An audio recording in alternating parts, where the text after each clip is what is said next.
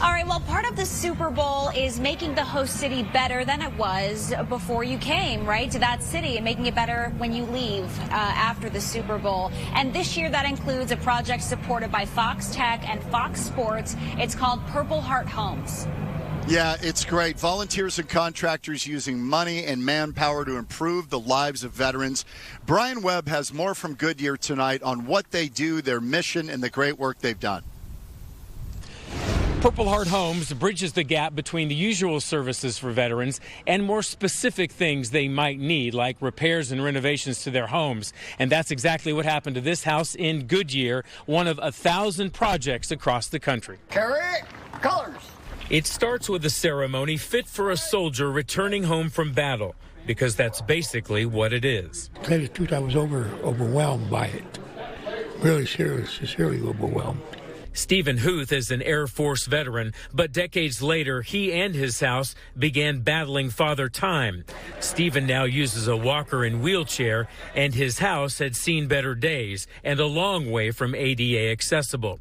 But then a project volunteer bumped into a firefighter at a Goodyear grocery store. She saw the uniform and approached me, and she said, I bet you run into a lot of veterans. And I was like, we do, so it worked out. And just like that, the work was underway, rehabbing the kitchen and bathroom, new floors and new paint, along with a wheelchair ramp for a little extra freedom. We made this pledge, this commitment to not leave veterans behind or military service members behind on the battlefield. Why would we want to leave them behind at home? Commitment to the military takes inspiration from servicemen and women who epitomize bravery and sacrifice, and is the reason why we are here today. 3, 2, 1. And then a ribbon cutting to put the wraps on this project. Old friends and new surrounding Stephen to say thanks for your service and welcome home. I thank him very much. Bottom of my own heart. The project took about a month with 25 volunteers doing everything from construction to baking cookies.